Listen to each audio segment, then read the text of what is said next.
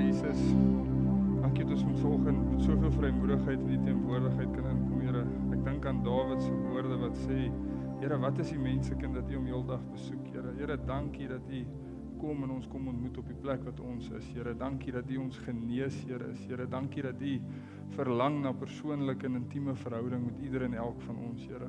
My gebed is vanoggend dat ons, Here Jesus, die teenwoordigheid net tasbaar sal ervaar, Here, dat ons sal besef, Here, U is konstant besig om na elkeen van ons uit te reik, Here. U is konstant besig om elkeen van ons te bedien, Here. En Here, mag dit net vanoggend die realiteit in ons lewe wees. Mag ons besef, U is ons God, U is ons geneesheer, U is die een wat awesome is, Here. En Here, U is lief vir ons. Here, U reik uit na ons en dankie daarvoor.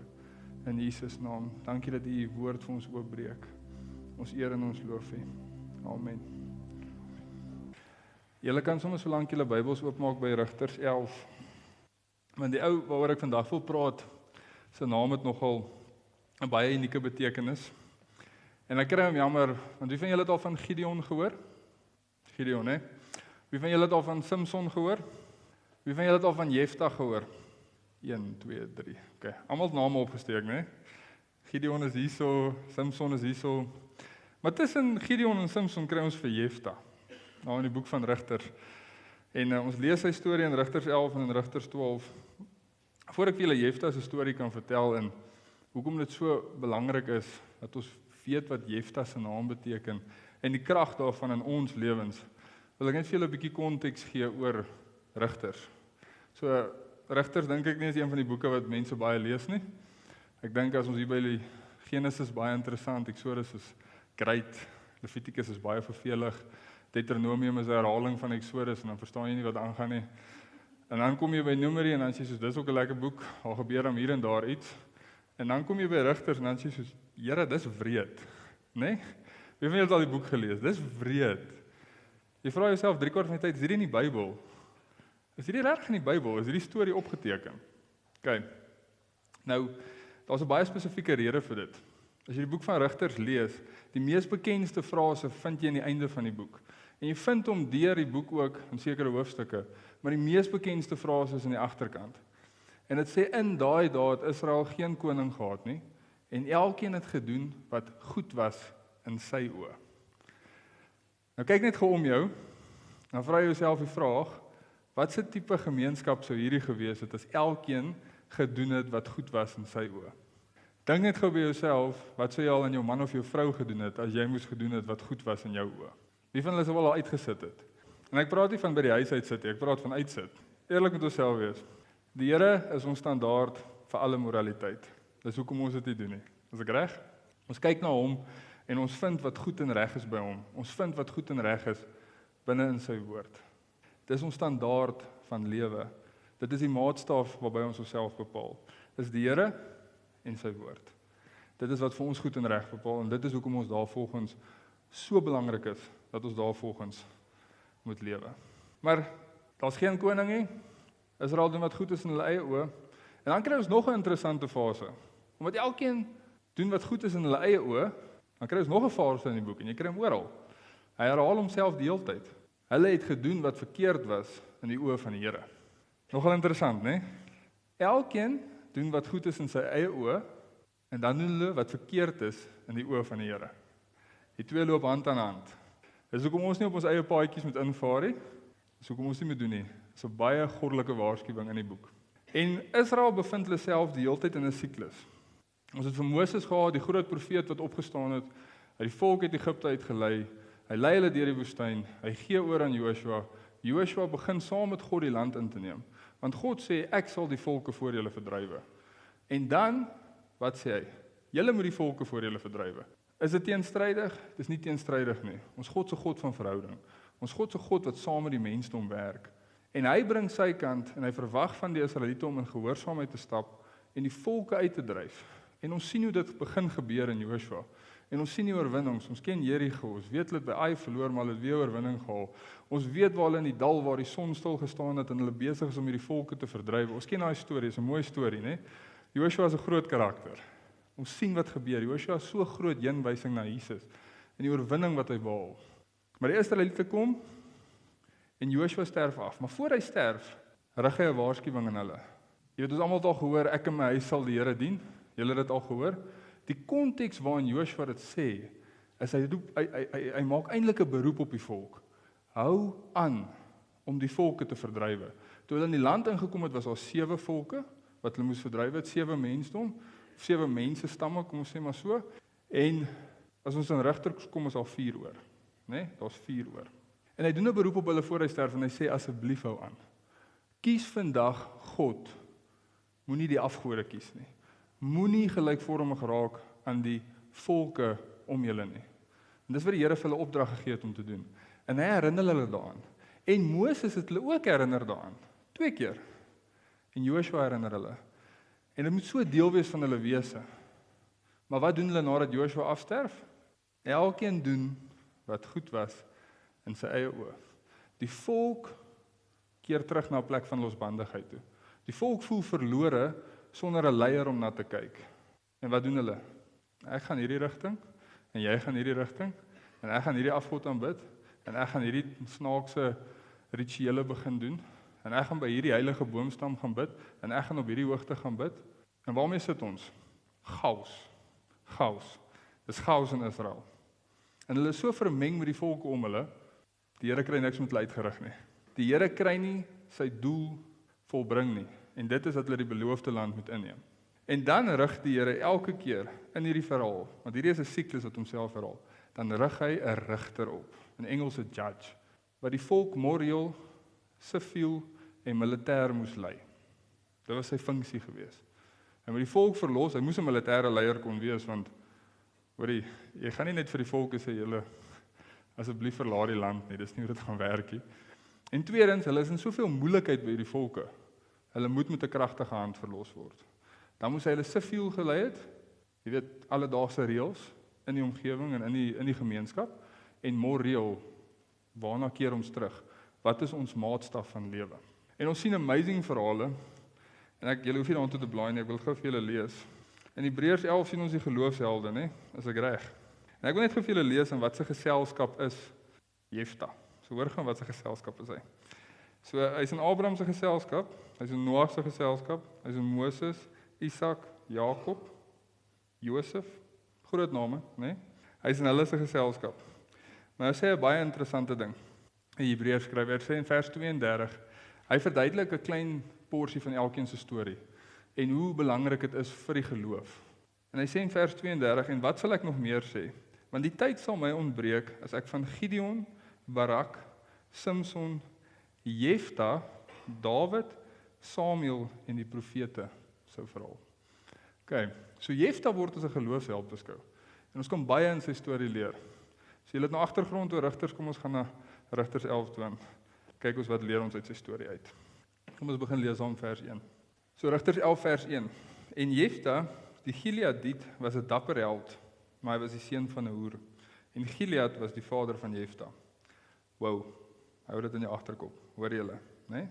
Dink julle dis 2 teenstellings, so 'n bietjie van 'n teenstelling. Jy hoor 'n baie goeie ding is 'n dapper held, en dan hoor jy, hy was die seun van 'n hoer. Dan sê jy so wat, okay. Vers 2, en toe die vrou van Gilead vir hom seuns baar, en die seuns van die vrou groot word, het hulle Jefta weggejaag, en vir hom gesê, jy mag in ons familie nie erwe nie, want jy is die seun van 'n ander vrou. Daarop vlug Jefta van sy broers af weg, en hy gaan woon in die land Top. En ligsinnige manne het by Jefta aangesluit, en saam met hom uitgetrek. En 'n tyd daarna het die kinders van Ammon oorlog gevoer teen Israel. Maar toe die kinders van Ammon oorlog voer teen Israel, het die oudstes van Gilead Jefta gaan haal uit die land Top. En hulle het vir Jefta gesê, kom en wees ons aanvoerder, dat ons kan veg teen die kinders van Ammon. Maar Jefta antwoord die oudstes van Gilead, het julle my nie gehaat en my uit my vader se huis weggejaag nie? Waarom kom julle nou na my, nou dat julle in die benoudheid sit? Klink dit nogal menslik, né? Ek het jou nie nodig hê. Slaat die pop oor die fan. Hallo. Hallo, kan jy kom help?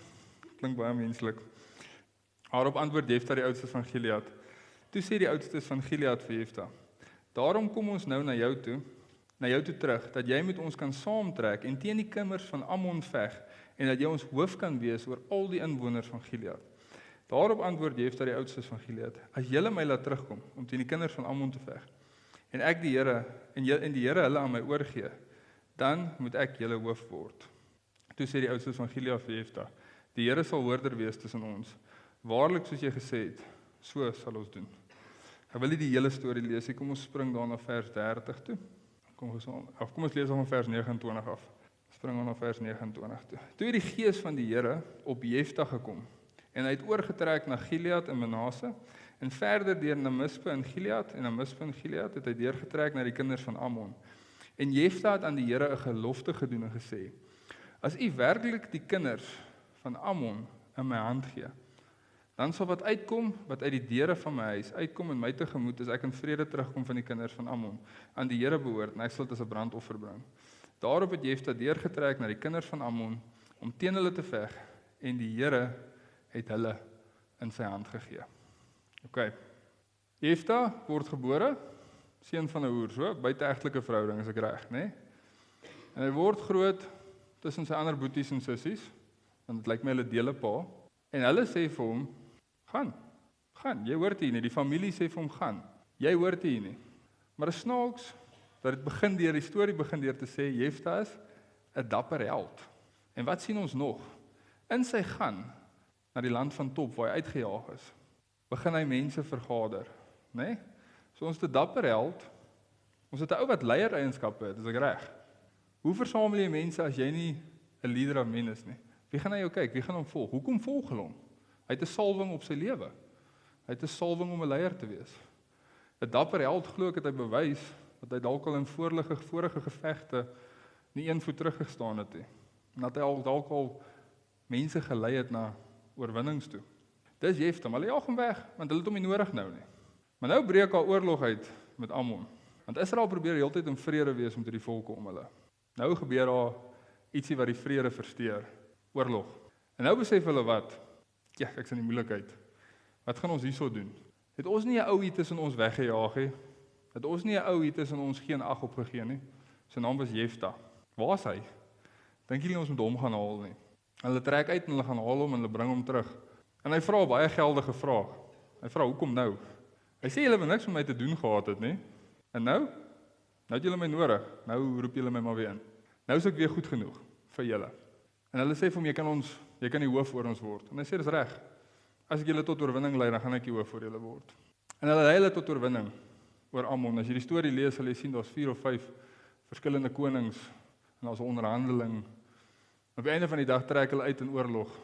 En die Here gee hierdie volk in Jefta se hand.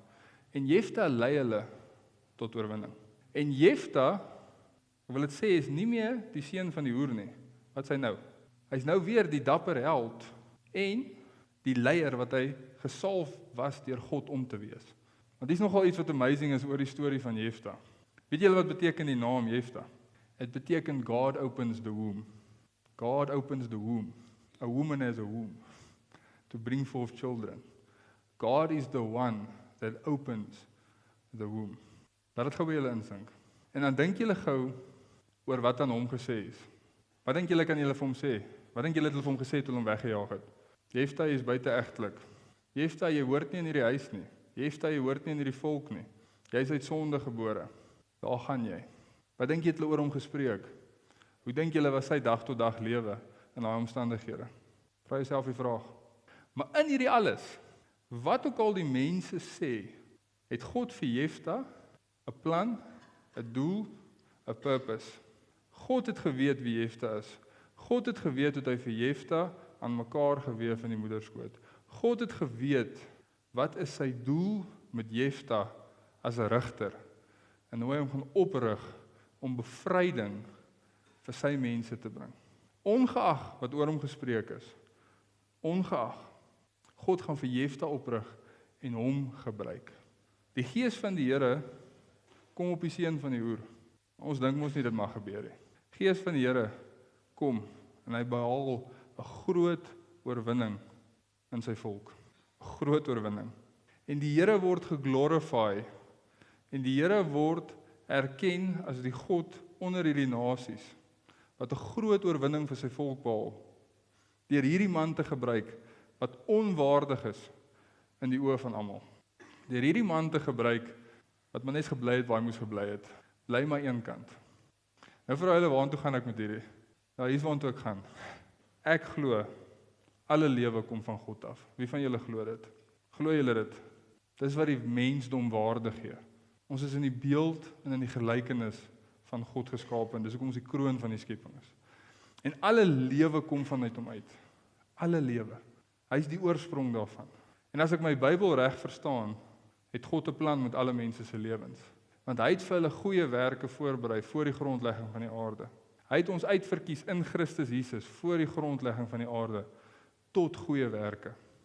Elke persoon wat hier sit, elke persoon daar buite glo ek. En maak nie saak wat al ooit in jou lewe oor jou gespreek is nie. Wil ek vanoggend, en dit klink snaaks, wil ek Jefta se naam oor jou verklaar. En ek wil vir jou sê, hoor wat beteken Jefta se naam. Jefta se naam beteken God opens the womb. Want jy sien, almal wat van ons wat hier sit, is al deur iemand nie waardig geag vir iets nie. Is ek reg? Steek vir my vinnige hand op. Wie van julle het al gevoel, mense ag my nie waardig vir enigiets nie? Wie van julle het al gevoel, mense verdruk my net, mense skuif my net een kant toe?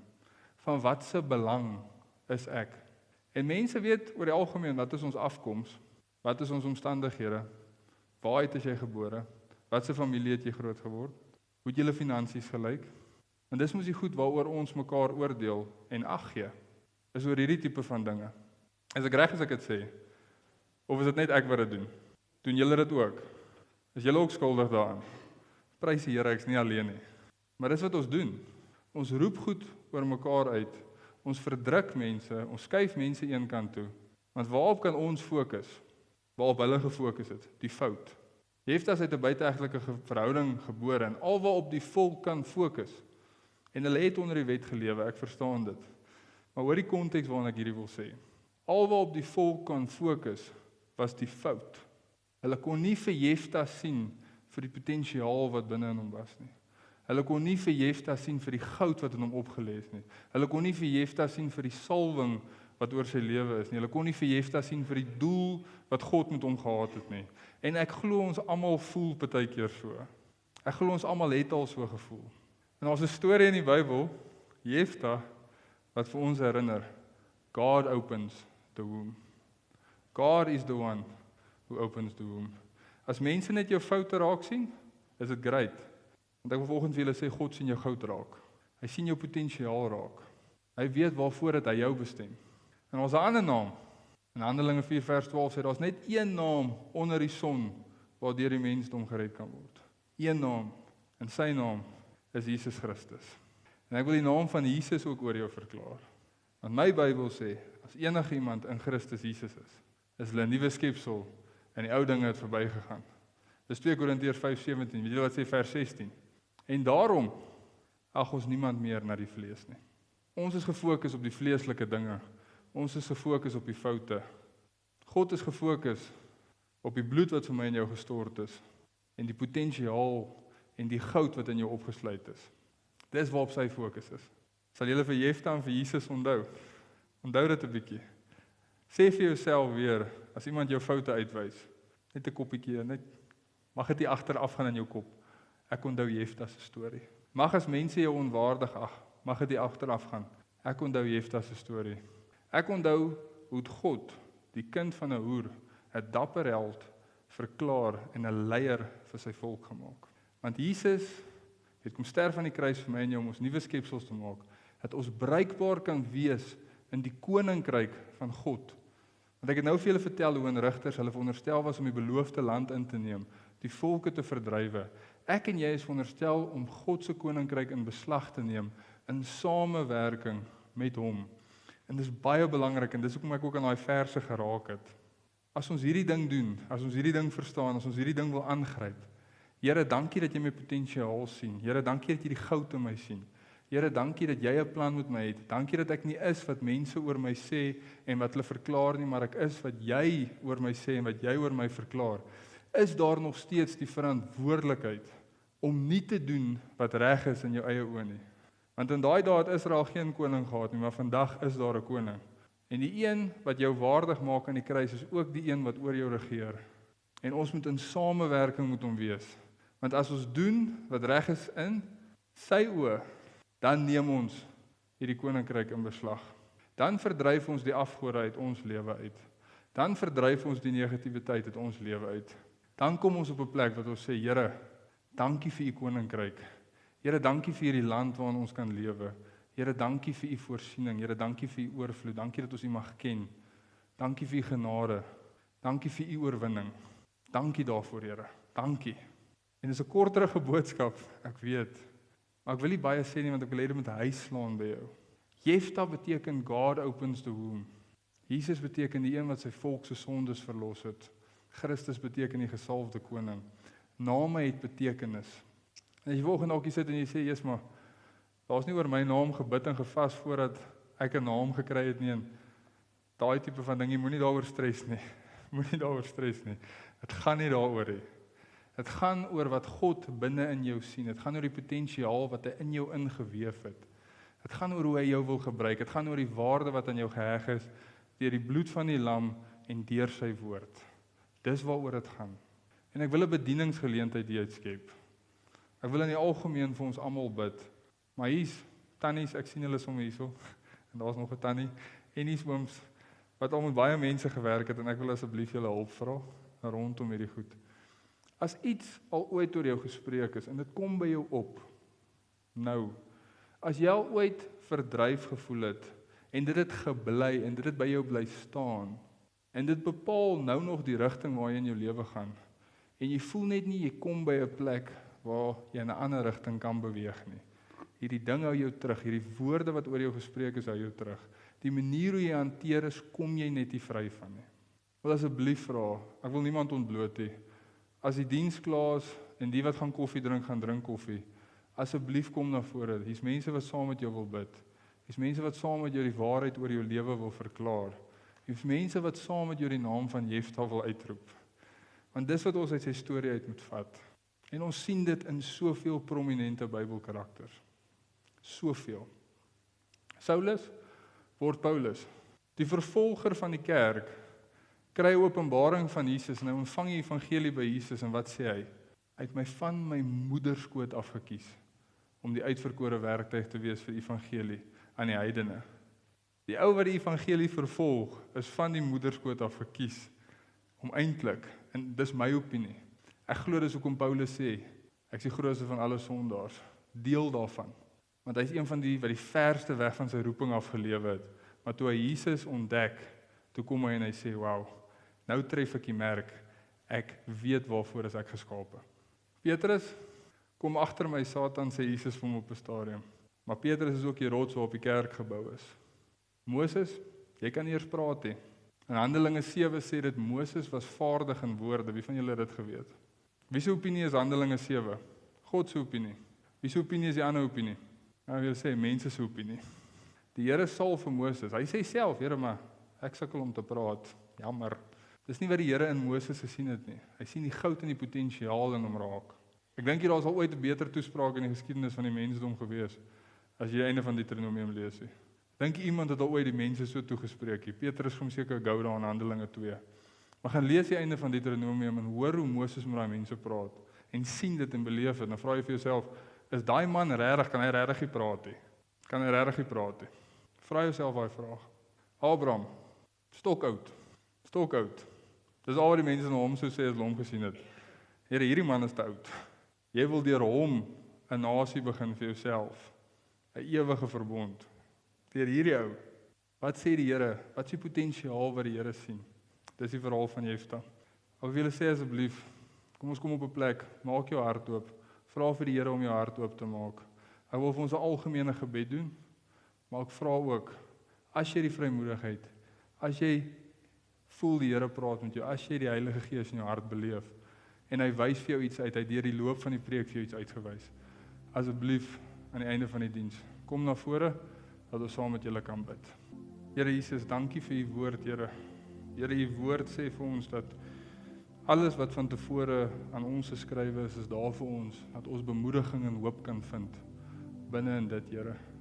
En Here, ek bid vir elke persoon wat vanoggend hier is, Heilige Gees, dankie dat u in hulle harte werk. Dankie dat u in hulle gees werk.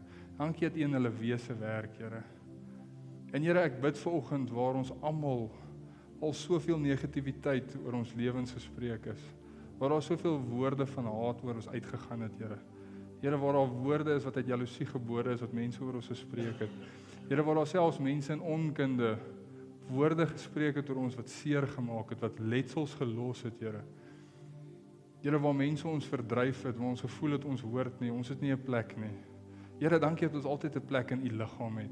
Dankie ons altyd 'n plek in U huis het, dat ons 'n kind van U is en dat ons 'n plek in U huis het, Here. Dat ons altyd gemeenskap en veiligheid by U kan hê.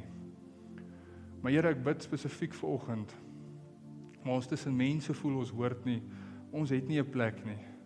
Here, bid ek dat daai wonde genees sal word in Jesus naam, Here. En Here, soos wat U vir ons leer in die verhaal van Jefta, wat ook al oor ons uitgespreek is, wat ook al ons afkoms is, waar ook al uit ons gebore is, wat ook al met ons gebeur, Here, het U goud en U het potensiaal binne in ieder en elk van ons gesit, Here. En U wil dit gebruik binne in die koninkryk.